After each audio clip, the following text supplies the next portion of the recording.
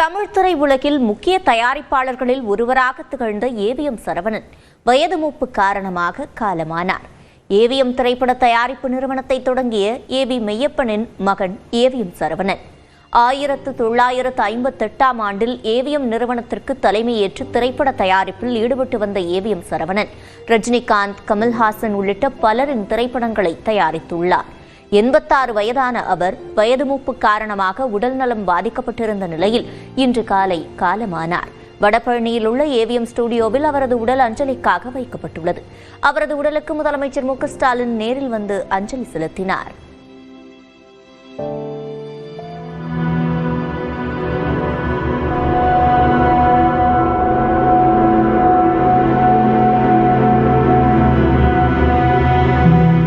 AVM நிறுவனத்தின் தயாரிப்பில் பல படங்களில் நடித்த நடிகர் ரஜினிகாந்த் ஏவிஎம் சரவணனின் உடலுக்கு நேரில் அஞ்சலி செலுத்தினார்.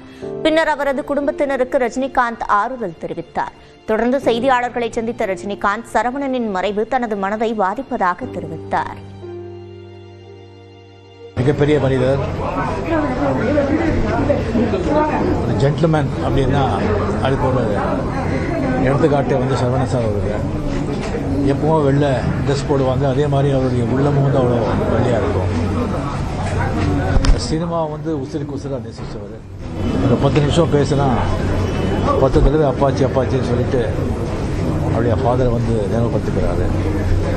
என் மேலே ரொம்ப அன்பு, என்னுடைய நல்ல விரும்பி, என்னுடைய கஷ்ட காலங்கள் எல்லாம் எனக்கு துணியாக நின்றவர்.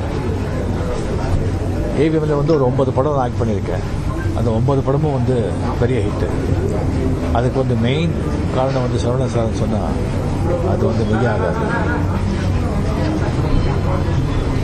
இது 80s வந்து முரட்டுக்காடு, தமிழில் வந்து மிகப்பெரிய பிரமாண்டமான செலவெடுத்த படம் 80s. 20s வந்துட்டு சிவாஜி மிகப்பெரிய படம், பிரம்மாண்டமான படம். அதே மாதிரி இப்போ 20s வந்து இன்னும் ஒரு பிரம்மாண்டமான படம் எடுக்கணும்னு சொல்லி பேசிட்டு இருந்தார்.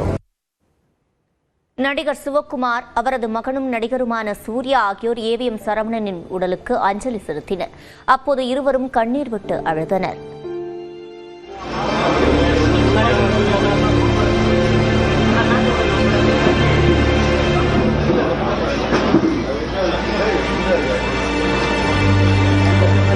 செய்தியாளர்களிடம் பேசிய நடிகர் சிவகுமார் தனது திரை வாழ்க்கையை தொடங்கி வைத்தவர் ஏவிஎம் சரவணன் தான் என்றார். எனக்கு சொந்த பேரு பழனிசாமி.